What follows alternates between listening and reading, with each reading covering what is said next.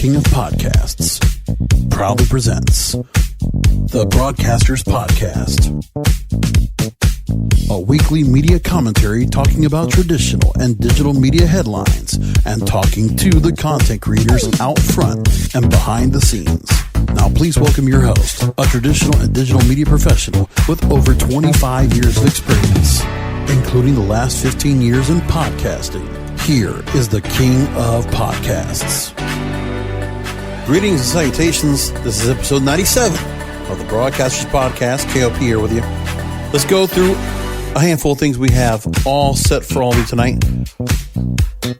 On the lineup for this program, we're going to talk about the AM/FM Act. It's a brand new act that is meant to revise copyright law for terrestrial radio.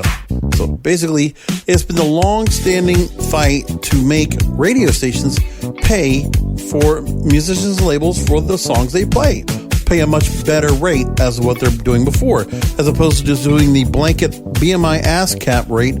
They're going to be pushed now in support of the musicians. Yes, the labels are going to get a cut from this, but the musicians are going to be looked at to get more of the money they're supposed to be getting. After the Music Modernization Act passed earlier this year, which is one of the highlights we'll talk about this year on the program when we get towards our year in review, this right here would be a pretty viable follow-up to that bill. So we'll talk about that coming up here on the program. We'll also talk about, as TV consumption shifts, streamers struggle with how to apply programming standards. We'll talk about some of the things that have happened now that Disney Plus is in the fray of the streaming giants, along with Apple and Hulu and Amazon and, of course, Netflix. We'll also talk about the Taylor Swift situation, because now coming up to the American Music Awards, Taylor Swift is going to get to play her music after a whole fight with her former label and her former producer. We'll talk all about that coming up. Talk about some movies I've watched this week and a little bit of rant on the movies that are coming out that are Oscar worthy and the way of having to go and find those movies. Long story short, we'll talk about that later on. So I got a lot of time to talk about a lot of things, but I also have time to go ahead and feature another interview. Tonight I begin part one of my interview with a legendary acting coach, an acting teacher, co-founder of the Edgemar Center for the Arts and the Los Angeles Acting Conservatory, Michelle Danner. And let me tell you, when I looked at all of the people she has worked with, give you the heads up. I was just looking now on more of who she has worked with. She has worked with so many, and this is who she said she has worked with so far. This is the most recent information I have. Here's some of the names that she has worked with privately and on set. A-list actors that have included Chris Rock, Gerard Butler, Seth MacFarlane, Melanie Brown, Jamie Lynn Sigler, Penelope Cruz, Vern Troyer, Grant Bowler, Kate Del Castillo, Michael Pena, Isla Fisher, Common, Salma Hayek, Brian McKnight, James Franco, Marsha Cross, Christian Slater, Catherine Bell, Zoe Deschanel, Gabrielle Union, Justin Chatwin, Justin Waddell, Rob Estes, Rick Fox, and Michelle Rodriguez, among others. How about that? There we go. We're going to talk all about that coming up here on the program. Have that all for all of you to go ahead and check out.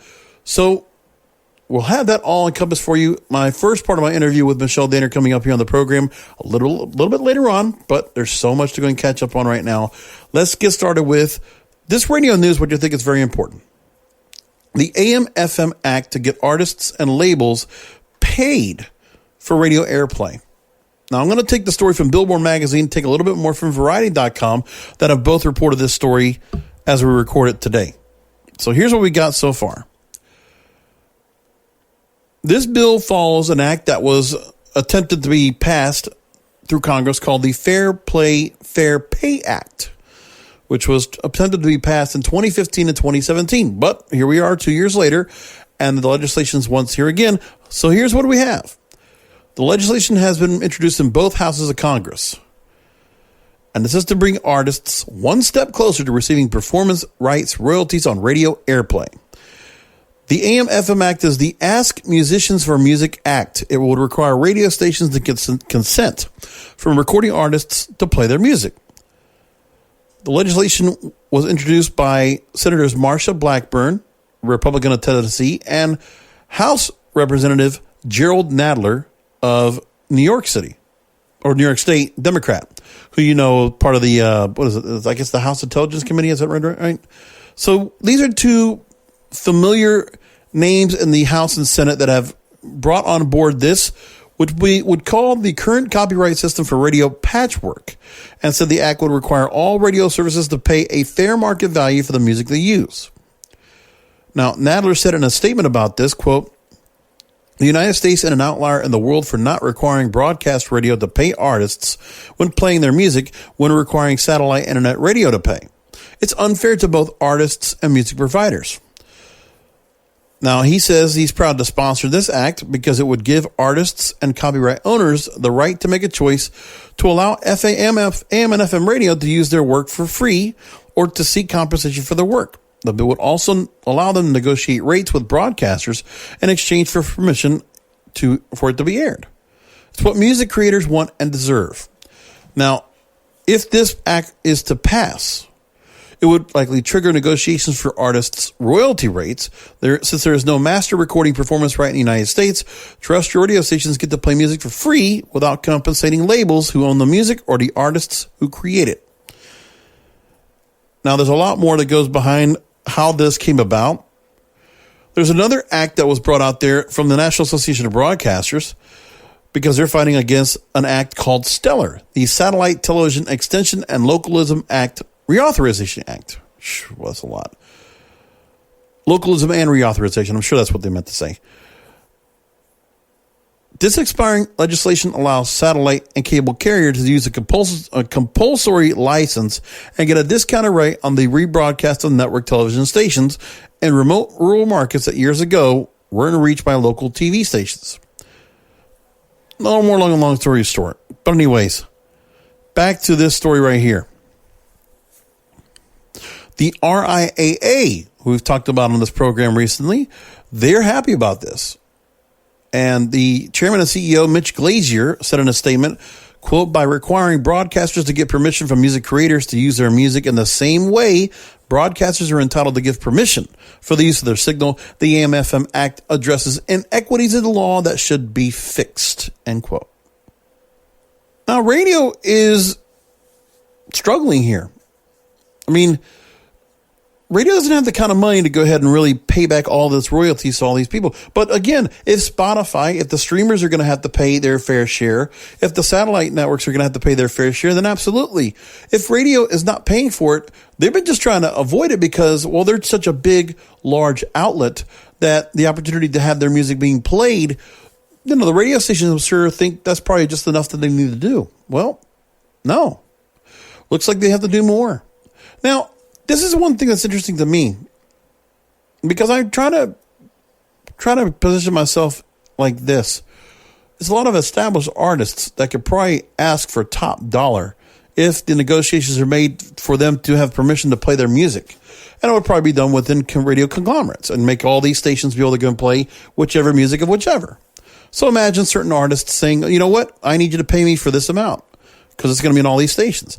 The pop stations, you got to ask yourself, would you think newer music, because of the newness of the actual music, newer music needs to have a platform, especially for a newer artist, so they're not going to be able to ask or command that much money at the moment. And that's what's interesting. So what would happen here? What do you think would become of if radio had to go and start paying? I mean, they would always say to do that for their classic rock stations, for their legacy stations that play 80s, 90s music, things like that, whatever it is, rock music. Think about it. You have certain artists that will be able to get more royalties on that. So more music for the musicians, I'm all for that. But from the radio station's point of view, the thing is of how it would cause harm. Now, the National Association of Broadcasters is opposing this. And they say it would cause undue harm to the radio industry. Well, let's find out what it would do. The NAB opposes the AM/FM Act, according to NAB President and CEO Gordon Smith in a statement. This act would decimate the economics of America's hometown radio stations that have launched the careers of countless musicians and exposed legacy artists to a new generation of listeners.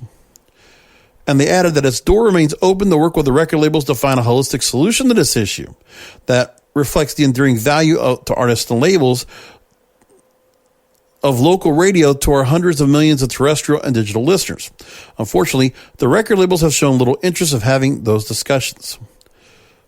Well, I can understand why they don't want to do that. Listen, they want to be able to make their money, and they need to find a way to make their money as best they can because they're not making money on making their money on sales anymore. Not as much. So that's part of what they're dealing with right now. Okay, I understand that part. So what do you do next? Like, what else is there to do at this point to kind of get people paid? The radio stations, it's their fault. They're the ones that are stuck in this spot where they're not able to make enough money for them to cover their costs. This is something they should have been paying for a long time ago. And listen, I'm a radio guy, but even I'm going to say, you know what, the corporate types, you know, if this forces them to, you know, change their hand as to what they're going to be doing with themselves, okay, think about it. What if the stations started having to play more new music? This is back to my original point. If they had to play more new music, because it would be more cost efficient for them, forcing them to play music that is not of the normal lexicon. Instead of the established artists, they would try to curb their way of playing more unrecognizable or less distinguishable artists who do not command a major royalty, or they would allow their recordings to be put out for free over the air. So the thing is, radio stations could say, okay, screw you. I'm going to go and change things around. We're just going to start playing new artists. We're going to break new stars again. I think that would be okay. But there's got to be a middle ground here. That's where I think things come from. It sucks. Now, NAB has been supporting a competing bill. They want to support a bill called the Local Radio Freedom Act, opposing any potential legislation that imposes new performance royalties on broadcast radio stations for music airplay. This is also a bill that was attempted to be passed in 2015 and 2017. Now, according to the NAB, this bill has bipartisan support. Almost 50% in both the House and Senate. Now, more into this story, the National Music Publishers Association, they say that songwriters and music publishers, quote, support the EMFM Act because music has value, and creators should be able to decide what is best with their intellectual property. For too long, broadcasters have benefited from the lack of a sound recording performance right, as well as antiquated consent decrees that allow them to pay songwriters less than their fair market value. It's amazing how the digital spectrum has forced everybody as a content creator to get more of their fair share. And I think that's something that's very liberating about this digital revolution that we've been going through for the last 2 decades, because it is really turning everybody over. The old way of doing things when it comes to getting your music out there, selling it, or getting it noticed, and the way of musicians making money is so much different too. Because for the musicians out there, they're making their money off of performance and off of merchandise. But the labels want to be able to make their money, and they would also have to be justifiably have to go ahead and send money to their labels or their contracted artists. That would have to also happen as well. So all of that there is very interesting. And these are the kind of things that are coming up now that have to be considered. I don't know what happens next, but this act is an interesting step, and I'm wondering if this could pass. Let me give a little more context about the Fair Pay Act, which was passed before, and all the issues that came before all of this, to give a little context of what we're talking about. Now, this is from CompleteMusicUpdate.com. They addressed the fact of this. First of all, we had the Music Modernization Act. This act brought together a number of different reforms of U.S. music copyright law, including an overhaul of the way the mechanical rights and songs are licensed and managed, removing a quirk that meant recordings released before 1972 often weren't getting royalties from online radio, and revamped the rate courts that oversee the licenses issued by the Songwriter Collecting Societies, BMI, and ASCAP. Now, as we make mention of here, the U.S., unlike most other countries, AM/FM radio stations are not obliged to get a license from or pay royalties to the record industry, because under American copyright law, the sound recording copyright has fewer controls attached to it than the song copyright. So while other online stations must pay royalties to artists and labels as well as songwriters and publishers, terrestrial radio stations have not. And that's what this bill is supposed to address. Now, the fact of the matter is, this has been tough to get this bill passed. This is why we're a third crack by Congress to put some kind of a bill like this in to force royalties to be paid by radio stations. Because the radio industry is a powerful lobby in Washington, D.C. So much so, the music industry sensibly decided to keep this albeit important reform out of the Music Modernization Act. That was actually a thought of putting it into this act. But the problem is if it would have been in there, the whole act would have likely failed, preventing other reforms to take place. So the idea was, let's get the MMA Act out first, then go with AM/FM. So if you split them up, there's a way to kind of make it where there's a chance to get this to push forward. And listen, if music needs to be licensed and needs to be copyrighted and people need to get paid, then do it. I would rather, look, you don't have the music without the artist. You don't have the music without the vision of the artist, of the music, the songwriting, the whole setup. You have to have it. There's no way to get around it. Now, this doesn't mean that artists and labels have given up on the campaign to get royalties. Now, there are issues out there that have been people have been creating the argument for forcing traditional radio stations to pay. And this is from the op-ed that came from the artist Common, along with Sound Exchange boss Michael Hupp. They wrote, quote, "The biggest and most profitable music platform in America is FM radio, with 200 plus million listeners and $17 billion in annual revenue. It's paying nothing to the people who record the music. That is the lifeblood of their business. Never have. Not a penny. No, they have to pay the licensees. You know, they have to pay, as we said, they pay the songwrite collecting societies, BMI and ASCAP. And they pay a flat rate, couple $1,000s a year. Or over a couple of years. I forget how it all works, but that's what they pay for. Other than that, songwrites collecting, which that's all they get. And it's not a great way to go, but that's what they're going with. Now, noting that the Congress in the United States has suggested the record industry trying to reach a deal with the radio sector, this op-ed continues to say, quote, "You can imagine how long a negotiation lasts when radio broadcasters can walk away from the table and continue to pay nothing for their staple input. With no actual property right granted to creators, they have very little leverage to bargain over." And they talk about how they can right this wrong with the simple act of giving music creators a property right in their own work. So this would answer that. Now, what's happening is a debate that comes back. Devil's advocate would say, okay, this might have been the quid pro quo of years gone by, but when was the last time you heard a song on AM/FM radio and went to a record store to buy the album? That's another thing that's got to be considered. And maybe that's part of the reason why, radio stations are not trying to trigger record sales or online digital record sales. Do you notice that? They're not necessarily trying to sell records right away. The records are getting sold much earlier, much sooner because of the streaming. The streaming is the one getting that. And so there's the payment of that. And you know what? That actually makes sense. That might be the reason why corporate radio is so behind on the game. And we've talked about it. Going back to that story that I told you at the start of the year, the survey they told you how, for whatever reason, radio always in the United States was always behind the 8 ball when it comes to releasing new music. This was the thing. They stopped doing that. The corporate radio stations stopped doing that since 1991. That's really when it changed. We talked about it. When the Billboard Hot 100 no longer became the standard for record sales or the standard by which radio referred to the record sales, that all changed. And it got increasingly worse because you also had radio and records, which fizzled away. And then you still had the change from Billboard to Mediabase.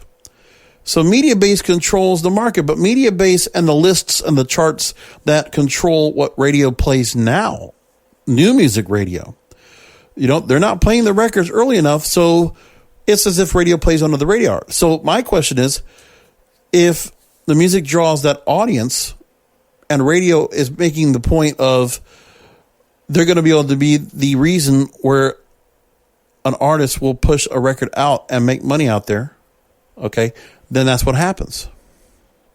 To explain and compare and contrast how the UK does their royalties with artists and labels, let me take from openmicuk.co.uk. They wrote down Music Royalties Explained, the complete breakdown of royalties. So I'm going to take this to explain how they do it.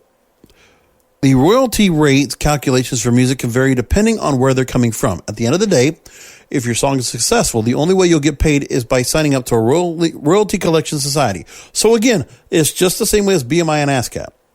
There are different types of royalties that artists can get paid with all different setups and potential payouts. For public performance, mechanical, synchronization, digital, print, neighboring, and sampling.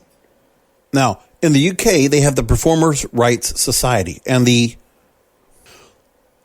Phonographic Performance Limited. So the PRS and the PPL, they collect money from radio stations playing music. Now the radio stations there also, they pay a blanket yearly fee to both PRS and PPL. Then organizations divvy up the money to those registered, blah, blah, blah, blah, blah, blah. Now different radio stations have different arrangements, but this article that we're going to talk about here, they do a different way of breaking things down. The PRS and PPL calculate royalties based on things like the station, the size of listenership. So the more that people listen, the more you can expect to receive, and the length of the play. So their average figures are from December 2013. For BBC Radio 1, the PRS is paid per minute £14.91. For average payment for play for PBL, and for the PBL, they're getting £37.76.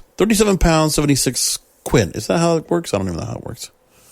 £13.63 equals $17. Just to give an idea. So again, $17 per minute. And that gives you an idea. And that's what, like about $20, $25 a minute to the other way to the PPL. So they're making money off the music, and that's a lot of money they're getting for that. So suppose, for the sake of argument, you're getting a 4-minute track playlisted on BBC Radio 2, 15 plays over the space of 2 weeks. If you combine the PRS and PPL figures, you get a total pay-per-play figure of £106.34. They also put in codes to make sure that the PPL and PRS are able to track which songs are played on the radio and how often they're getting played. And the radio stations identify you as the owner of the track. Now, let me go ahead and talk more about when it comes to the streamers. This is a story from the Financial Times from 2015. At the time of 2014, at the time of this article, record labels and artists complained about the exemption that we talked about with the Fair Play, Fair Pay Act. Now, the music industry in 2014 was down to $6.97 billion.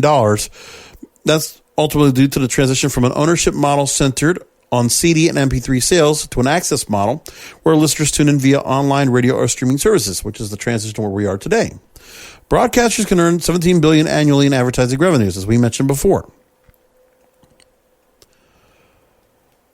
Now, broadcasters mentioned that they're paying $350 million in royalties to songwriters and publishers, $60 million in digital royalties a year, and that the original bill that they had, Fair Play, Fair Pay, would not improve the artist's welfare.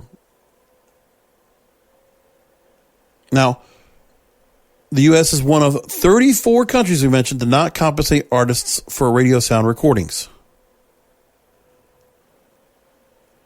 Now, in the UK, they get paid for performance and mechanical royalties. If you didn't know what the difference is, let me tell you what that is. First of all, in legal terms, there are two types of musicians, songwriters and performing artists, holding two distinct copyrights. Songwriters holding the rights to the lyrics and the melody of a piece of music. The artists holding the right to a particular recording of a song, which is called a master recording. Now, moving along, performance royalties are the fees users pay when music is paid performed publicly. Mechanical is paid to songwriters and artists when music is sold or when music is streamed on demand. Spotify pays about 10% of its revenue to songwriters right now, 60% to the artists. And services like Spotify don't have to negotiate with songwriters because the government sets the rates through the consent decree for PROs and a compulsory license for mechanical licenses. So there's a lot that's being put right here of what they're having to do.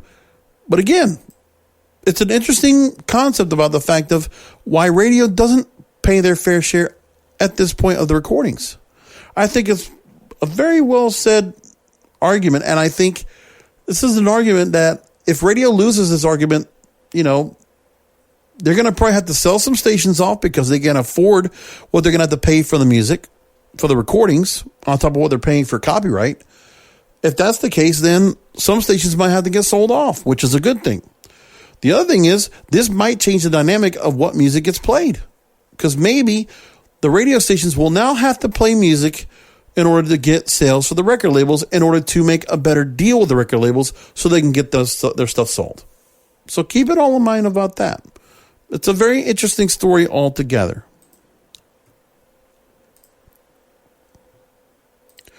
Let's stick with music. Let's talk about Taylor Swift. So much has been said about that. So now, the first story we heard about, which I think I made mention of last week here on the program, because I think it just came out, and so I made a mention of it on last week's program, I'm pretty sure. It was mentioned that the American Music Awards, which are going to be coming up this weekend as I record the show, Taylor Swift is going to be honored as the Artist of the Decade. And there would be an upcoming Netflix documentary on her career. And that, according to a post that Taylor Swift put online through social media, she said this, quote, "I've been planning to perform a medley of my hits throughout the decade of the show. Scott Borchetta and Scooter Braun have now said I'm not allowed to play and perform my old songs on TV because they claim that we'll be re-recording my music before I'm allowed to next year." Because she's getting a chance to re-record her songs we talked about on the show a few months back. Now, let's go ahead and skip forward to today. She has now been given the green light as of Monday from her old label, Big Machine label group, to perform her old music from her catalog at the AMAs. Now, we don't know if she's still going to go ahead with it. We're thinking she will, but we'll go ahead and go with this and we'll talk about it. So the company has, quote, agreed to grant all licenses of their artists' performances to stream post-show and for rebroadcast on mutually approved platforms. So moving forward, it was resolved. And a lot of people really were complaining about it and were really supporting Taylor Swift in this regard. I think she was absolutely right to fight for this. And again, it's another thing with songwriters. Yes, let her songs be played. Let her be out there people want to hear old music. How unfair would it have been by Scooter Braun and Scott Borchetta to not let her have her songs to perform again? Look, you want to go and continue making money off the songs? You're doing it. But don't let the artist not be able to play their own songs and perform them live. Again, there is a difference between performance and mechanical. This is the case of the performance royalty. Let her perform her songs, okay? Doesn't matter what, because then it's going to still sell the records that you sell. She hasn't even put out the new records out to perform her old music over again. So take advantage while you can. They did the smarter thing. Just wanted to make the point of that. Now I want to go take a minute and talk about movies real quick, because so much happened in the last few weeks where we know now that the Oscar-nominated movies are all getting pushed out and getting noticed for that last chance to be considered for this year. And it's really, and I look at when I'm trying to find to watch the movies, hard for me to go and catch certain movies that I want to go and find because they're not in my normal theater. Now, when I look at the movies going for Best Picture, 42 films are out there. And it's tough enough right now to catch all these movies to be able to watch any of them without, the access to being able to go to a damn film festival to watch all these movies. But there's so many that are out there that are trying to be considered, but it's hard to catch some of these. because when you try to catch them from limited release, or you have to go, you have to be a limited release, or you're not going to get a widescreen release on some of these movies, or you have to wait for them on Netflix, which is much more annoying than anything else. So in this next month or so is when all these movies are going to be coming out in order then to see who will be nominated for Best Picture for the Oscars. And you look at the movies that they have out there: 1917, Ad Astra, The Aeronauts, Avengers Endgame, The Banker, which is a movie I don't even know is out there. I haven't seen it, but it's available through Apple TV.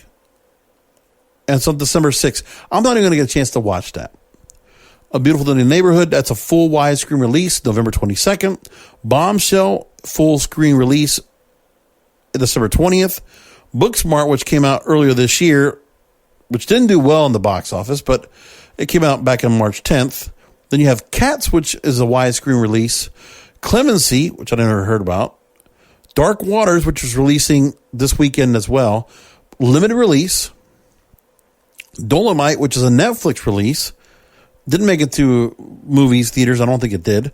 There was Downton Abbey, The Farewell, Ford vs. Ferrari, which I just watched this past weekend, which was a fantastic movie, by the way. Really, really good stuff. I would definitely recommend it. Meanwhile, then I watched Charlie's Angels, which was not so much, but I knew it was going to be a train wreck. I understand. But, I wanted to see what they were going to do with it. And, something's got to be said about watching movies on a subscription, because for me to watch some of the movies I want to watch, it's nice to be able to say, okay, I've already put down $20 for the month. I'm already covered for the movies without having to go ahead and determine if I need to go ahead and put money down to watch a movie or not. And that's one thing that's important for the movie theaters to make an understanding to their customers, is that, the movie theaters are not getting, the movies that are coming out, if you're trying to watch them one by one, man, you are really struggling to say, okay, I'm going to put down $12 to watch this movie. So at this moment, being stuck at where I'm at with a good deal of $21 to pay for a movie, or to pay for movies, whatever I want for the month. I think I've already watched 4 this month. It's fantastic. So I'm getting my money's worth more than enough. And I would absolutely recommend it. If you're watching movies and you don't have to go and consider if a movie's going to be iffy and you want to go watch it, nevertheless, then take the option, and you know what? Go for it. Go ahead and get the money down and go watch the movie, because that's what I'm going to do.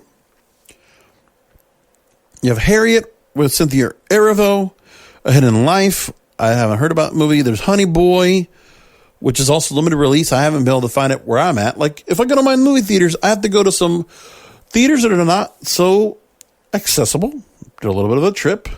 They're not as nice as seats. They're not as comfortable as my other theaters right? Yeah, I know, I'm spoiled.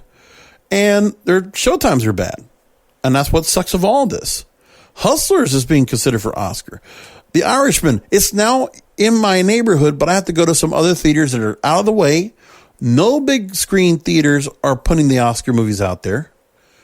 They should take these movies on and continue to push for people to get their money down for a full subscription.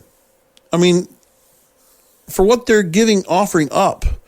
Hey man, thank you MoviePass for making your deal together, forcing the hand of the movie theaters to do this. So there's some money coming in for them. But when it comes to these movies in the Oscar times, it makes it so tough. The Irishman is now limited release, but I have to go looking for it, and it's not so easy.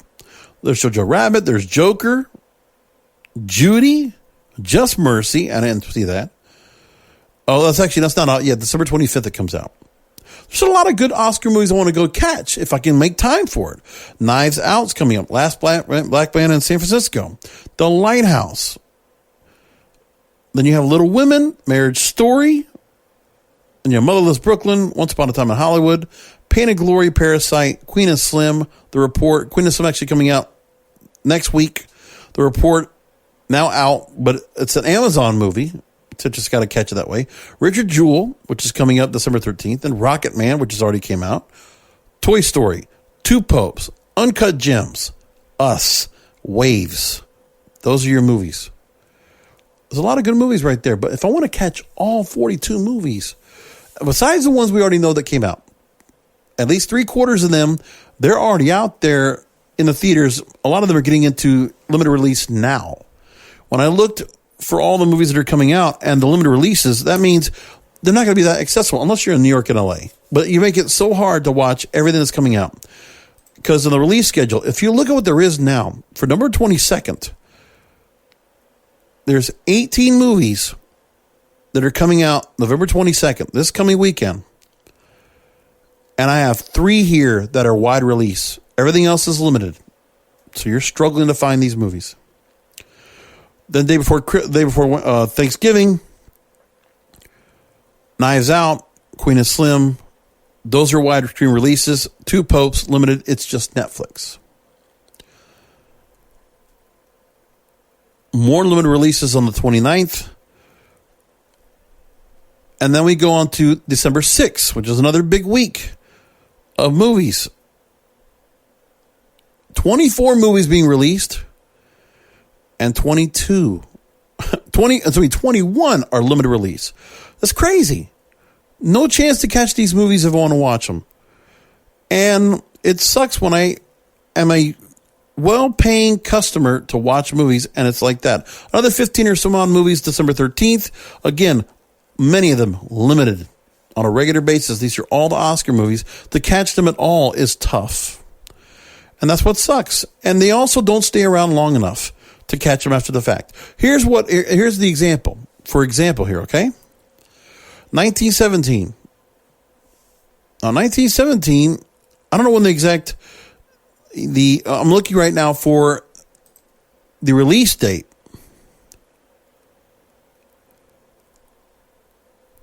The domestic release, limited, is December 25th. But then it's going to be widescreen release January 10th. I have to wait that long for it. But I'm not going to wait that long. I'm going to go find it somewhere else so I can catch it. So I'm going to have to go now to other movie theaters, which I can't use with my damn plan to watch movies. That's what sucks. Such a good time of year for movies, and this is what I have to struggle with, and that's what's horrible. So I don't like that. Plus, you also have a lot of movies that are still big screen blockbusters that are going to take up numerous screens because the movie theaters are not willing to go and put the Oscar-nominated stuff out there without a risk. That's stupid, but that's what they decide to do. That's unfortunate. It's been an ongoing picky thing that I always deal with. So less Charlie's Angels. Let's get some more Oscar-nominated movies out there, huh? One more story before we go into my interview with Michelle Danner. Let me go and talk about the streaming services for television. Let's talk about that real quick. A story from Variety.com says as TV consumption shifts, streamers struggle with how to apply programming standards. They talked about Sarah Silverman's Hulu show I Love You America back in 2017. How the show had no content restrictions or language limits. She experimented with the freedom on her very first episode. Hulu doesn't have a specific standards or practices department, the kind of staffers who examine content and identify anything that might be problematic. Now, as new streamers are in the new crowded marketplace, they have to continue to change they're going to continue to change the ways we watch TV. So keep that in mind. So all this wonderful grassroots, oh my God, this wild, wild west of streaming, the same standards and practices we're used to because they're trying to control what content is for children, for parents, for adults, parental guidance suggested kind of stuff. That's all going to be coming in. So now we're going to get the loss of the no standards and practices filter because we're going to get one. In the direct-to-consumer programming world, there's no regulatory reason and usually no advertiser pressure to distinguish between what might be deemed appropriate fare and what might be considered exploitive or duly offensive. Shonda Rhimes talked about the fact that there were no broadcast standards or practices as the reason she decided to leave Disney, ABC for Netflix. But executives and the old linear outlets warned that it might be dangerous to completely give up that kind of oversight. Standards and practices executives usually keep tabs on how language, nudity, sexual situations, violence, and other depictions and themes might be received by viewers, and in the case of commercial TV and advertisers, which is the whole point. You don't want to pay for a subscription. And even HBO and Cinemax and Showtime and Stars and Epix, they all have standards and practices if you read it and realize that. And so One broadcast executive that spoke on anonymity believes that streamers like Netflix and Amazon operate more like studios, and as a result, they might be missing some key network functions. So he says, I get letting a creator say shit or fuck, but what are you going to say if a show insults China? Or what if you do a show that references a celebrity and the celebrity dies that week? Are you prepared to take that episode down? The streamers are not fully appreciating some of the network muscles that they haven't built up. The senior VP of advertising program standards at NBC, DG Origi, says these days her team does a lot more than just count how many bad words are spoken in an episode. They're busy working with showrunners to help them tackle sensitive subjects such as sexual assault and harassment, as well as issues of gender and race. So I don't want the woke stuff to get into my content. I don't want that kind of standards and practices. I understand the idea that there should be some standards and practices in place as a generalization, but not for an agenda. That's what's most important. And I think that's something that should be said. So, for instance, Netflix had their teen drama 13 Reasons Why, which was launched in March of 2017. At launch, they did include warning cards in front of 3 episodes, including the season finale, which depicted the suicide of its central character. But several mental health experts criticized Netflix early on, arguing that the show could be seen as glorifying teen suicide. Then, the streamer added a series-level card to the premiere episode, directing viewers to a website with helpline information. And then they added a cast video series warning that was placed before the season 1 and season 2 first episodes. And now there has been a spike in teenage suicide after the show's premiere. Netflix and the producers went back and scrubbed the scene from the season 1 finale. So they're learning from that experience. So there's points where it does need to happen. I think this is something that's very important. And this is also be noticed by the content creators, that you're not going to just get freewheeling experimental like Sarah Silverman did. Because now with every new show that comes in, and with the much money that's going to be in there are going to be advertisers. There are going to be investors that are going to say, you know what? We need to watch out what's going on here. Where is the standards and practices? Where are our censors? Keep that in mind. That might be something that happens down the line. All right, we're going to leave it right there. Time now for my interview. It's a really great interview I had, and I was surprised I got the chance to speak with her. A legendary acting teacher, co-founder of the Edgemar Center for the Arts, LA Acting Conservatory.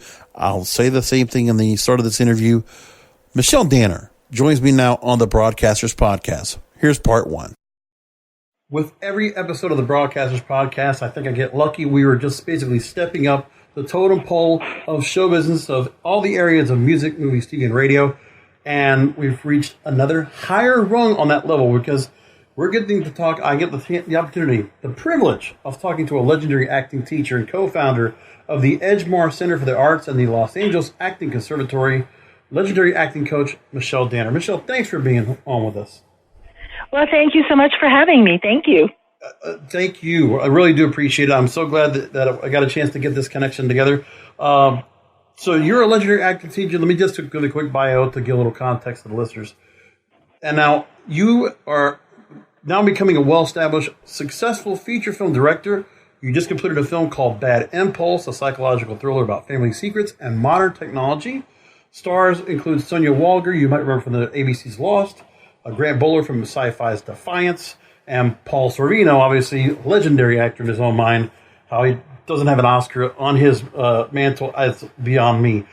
And you're now going to shoot a movie called The Runner, an action thriller and a true life coming-of-age story about a troubled teenager forced to go undercover to expose a drug kingpin. If it makes the movies, I'm going to buy a ticket. So first off, before we get into what you've been doing in your movie works as a director, I want to go and talk about your work as an acting teacher. You now oversee the faculty of the LA Acting Conservatory, and this is the roster of students you've had on board. This says everything, and you have an impressive alumni roster that you had. You're including students that have included Christian Slater, Salma Hayek, Gerard Butler, Seth MacFarlane, Penelope Cruz, Chris Rock, Gabrielle Union, and Zoe Deschanel. Now, I just gave the roster of the many students that have gone on to great careers as a part of being of your acting conservatory.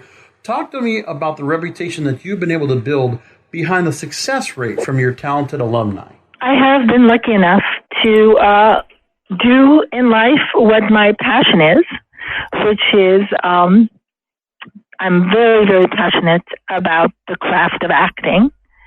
And throughout the years, I have had, many people respond to wanting to do the work on a high level. I was lucky enough that I was trained by iconic teachers such as, they were legendary. That was very kind of you to introduce me as legendary. But, I worked with Stella Adler, and I studied with Hagen, and a slew of other incredible teachers in New York City, starting when I was, early, a teenager. And I continue to study to this day. I'm a constant eternal student of life. So, I just feel lucky that I've been able to put the work out there in a consistent way. And then people have responded, and I have the chance to work with some fantastic artists. In fact, I'm going to do a play next year, and we've begun to get together and do a reading and a rehearsing with Ann Archer. Wow. Yes, we're doing a one-woman ticket to the circus. Basically, Norris Church, the wife of Norman Mailer, and it's about her life with him. And so it's a slice of history that has to do with literature. It has to do with politics, and it's absolutely fascinating. So I'm very loved. It's not my first collaboration with Anne. Actually, I worked with her in another play called Jane Fonda in the Court of Public Opinion. And so, yeah, and, I never know. I wake up and sometimes I get calls and I'm going to work on this movie or this project, this TV show, this Broadway show. So I never quite know what's, every week is a surprise. But I'll tell you that I'm lucky enough to work with some pretty extraordinary, talented folks. And honestly, when you have that connection from coast to coast, working Broadway-style plays from Los Angeles and being able to put that connection and having the spirit of it, and also just working with such great talent like Ann Archer, I totally agree. Now, I know everybody asks about this, but I'm going to have to ask about it. And let me just go through a little bit of context for our listeners. Now, you are said to use an eclectic approach when it comes to the acting skills and technique called the Golden Box. It allows actors the freedom to employ a wide variety of techniques. You said, quote, "It is important to use your acting instrument in different ways of improvisation, vocal work, movement, and music. Actors always need to surround themselves in a world of creativity, and each actor is unique, and so it's important when they script, analyze, and build a character, whether it be for film, TV, or stage, that they find constant choices that specifically inspire them and work for them." End quote. How do you view with the current Hollywood environment, how it was for your students? Because here's the thing. I want to talk about the methodology of the Golden Box, but I have to ask this first. Are there still a lot of creative opportunities out there, given the cultural, social, corporate obstacles that still stand in the way of Hollywood? Because, that's what you're talking about, is to have that freedom to be creative, but then there are obstacles that get in that way. Well, are you talking about how many opportunities there are?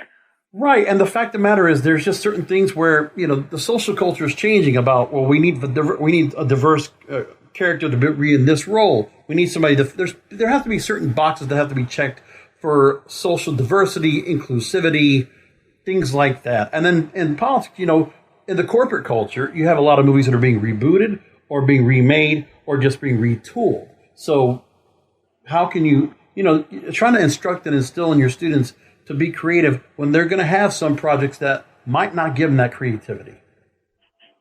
Right.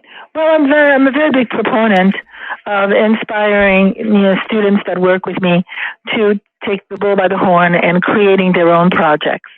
I just finished teaching a workshop in Hawaii, in Honolulu this past weekend, to a wonderful group of Hawaiian actors.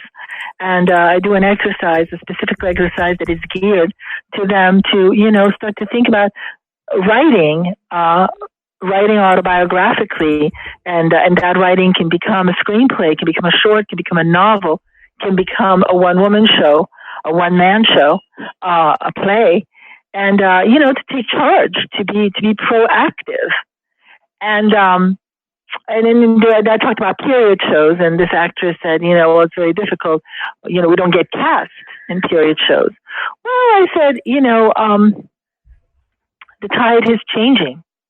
I mean, if you look at, the latest period shows, I was just watching Medici, and that has some very interesting multi-cultural casting. I think that there is a formula. There is some sort of a hierarchy. If you haven't done, let's say, if you're working on television and you haven't done a certain amount of, smaller parts or guest leads, it depends what the part is. I mean, everybody has a different karma. Everybody has a different path to follow. So I think there's a lot of opportunities. I always tell people that, to me, it's like we have a Ferris wheel here in Santa Monica on the, it's on the ocean, and the Ferris wheel always stops for everybody. Opportunity knocks on everyone's door. It's what you do when it knocks on your door. Are you able to, step up to the plate and deliver what you need to deliver?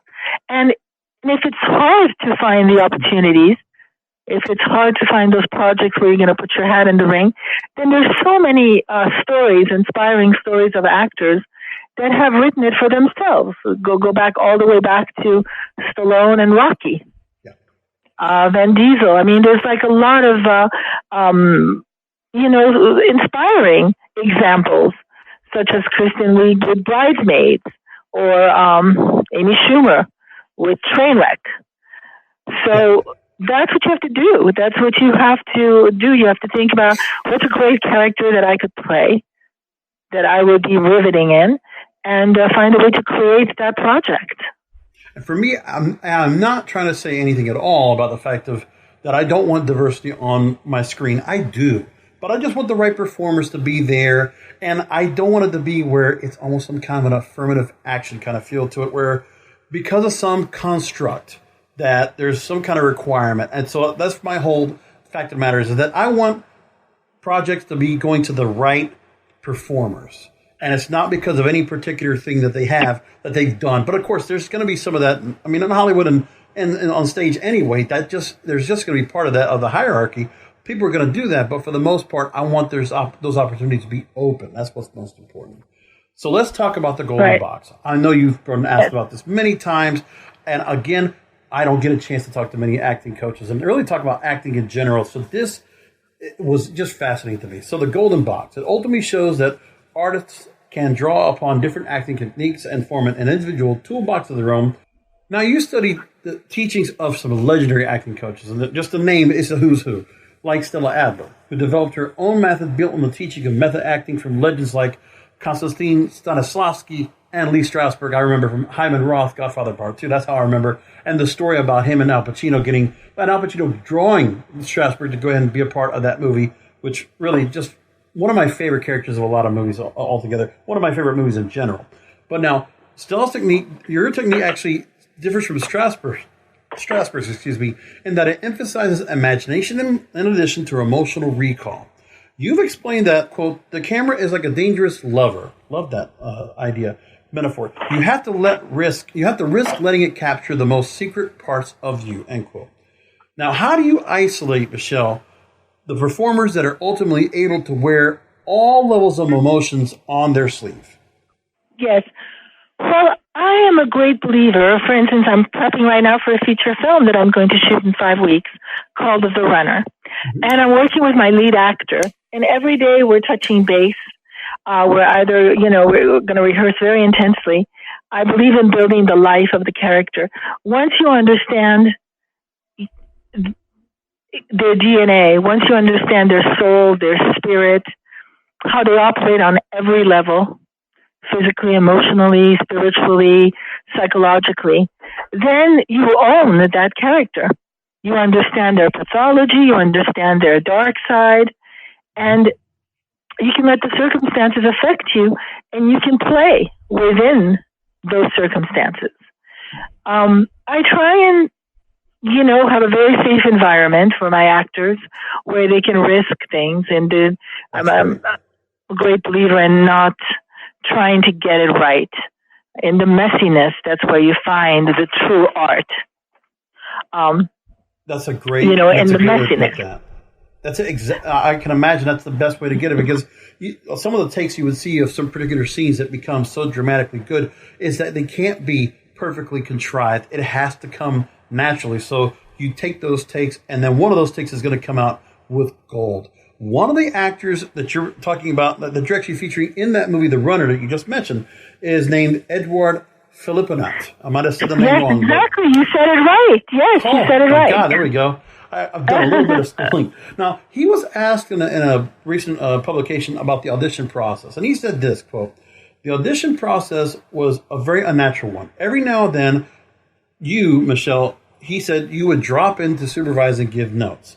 She happened to be there on my first day for my first performance piece. It was nerve-wracking. But eventually, after a few months, she pulled me aside and said that I had something special. She'd asked if I'd be interested in meeting with her the following week. When we met, she pitched me the idea of a script. That's The Runner. And unknowingly, I was auditioning for her for 3 months." Now, talk to me about Edward right there and the evolution of how you've been able to make it from coaching to casting to directing. Well, directing is, the ultimate. You get to have your vision be fulfilled. You get to sign the canvas.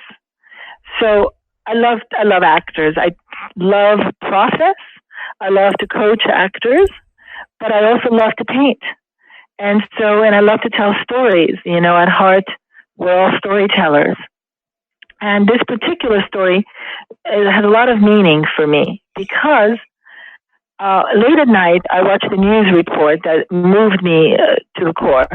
And I immediately put pen to paper and wrote 3 pages of a treatment that later on I sent to this writer that it's actually the writer Jason Chase Terrell of Bad Impulse, wonderful writer. And I said, "Could you please write the screenplay for me?" And he did. He wrote a wonderful screenplay. And then it turned out that the story of the screenplay, it's not exactly the story, but it's inspired by it. And yes, I saw this extraordinary talent that Edouard has. I absolutely saw it one night. We held classes in the Edgemar Center for the Arts in Santa Monica. And one night the lights went out. It was basically the lights of the whole block. Mm-hmm. And Edouard performed the scene, and everybody held like a little flashlight through their cell phone to have light. And, it was like he gave me chills. And I thought from the very beginning when I met him, I said he would make a perfect Aiden, which is the lead character in this movie, The Runner. And yes, I did approach him. It's funny, he said that unbeknownst to him, he was auditioning for me for months. He's probably right. But I really thought that he would make an excellent, I couldn't think of anybody else that would be better. Of course, I could have held auditions and seen, hundreds of actors, but I really felt very strongly. I think that if I wasn't interested in directing, I would be a good casting director.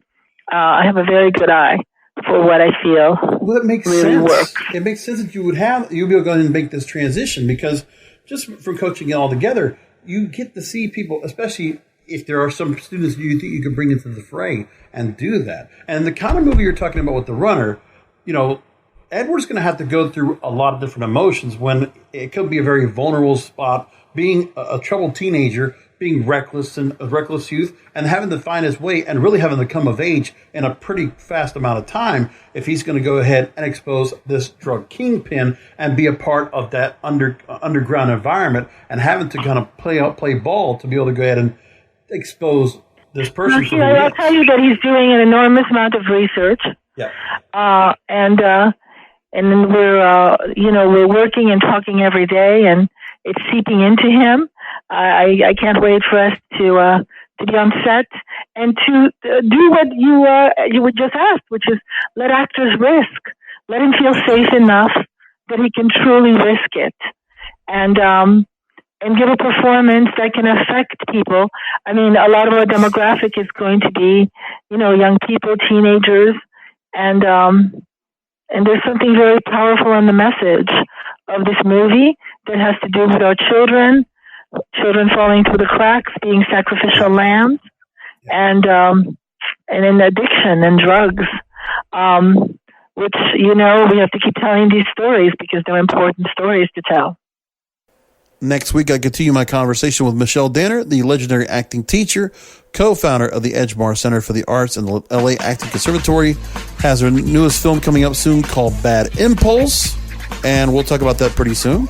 So we will come back next week for another great show, and we'll have something around just in time for Thanksgiving. I probably will do the show before Thanksgiving based on how everything works out. I'll let you know how that works out. But until then, enjoy the movies. Enjoy what you're going to do this weekend. Remember, content is king, and the control of your content is in your hands. Thank you for listening to the Broadcasters Podcast, presented by BroadcastersPodcast.com and KingofPodcasts.com. The Broadcasters Podcast is brought to you by KingofPodcasts.com/Amazon. If Amazon is good enough for the King of Podcasts, it most certainly is good for you. KingofPodcasts.com/Amazon. And don't forget to check out the King of Podcasts wrestling program. The Wrestling is Real podcast, exclusively at KingofPodcasts.com.